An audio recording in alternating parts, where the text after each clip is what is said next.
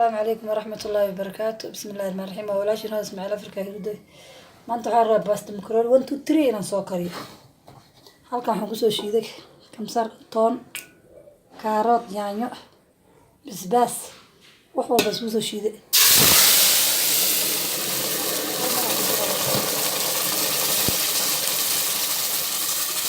maad waxay ugu soo shiiday xarba dadka caafimaad u isticmaala halka ku celiyo halkan waxay tahay xabad kalluun waxaan qamran ma ka dhigayaa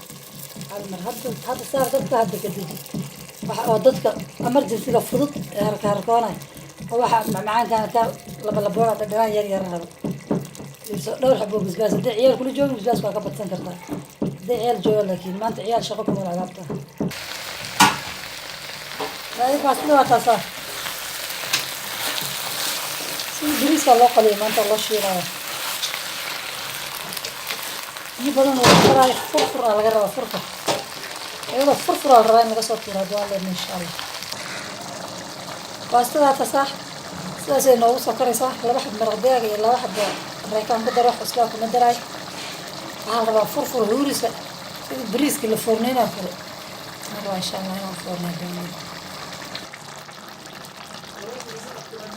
baastada sidaa quruxda noogu soo diyaargarooday ay salki cabitaanki wixii diyaarsanaa insha Allah waa soo wada ما شاء الله هدوات ساقدين wax laga sheekeyn karo ma baastadii oo furfura sidii bariiska maanta loo soo qolay sidii bariiska ما شاء الله wakaas aad baastadii salarkeeni adduunkeena isku soo googoosanay mooskeena waa kana labadan xabo qabiil daaq ah meesha yaala anana salkan aan ku soo qasay biyo cad koobkan aan ku shubo ka canaas aan ku shubo kaas qof fiiro biyo cad ku shubto kii rab canaas ku shubto diyaariye صلصة صحن كنا موضة قاعدة وهكنا أنت كله هذا أصحابي وكاسا قد الشرف له نغسله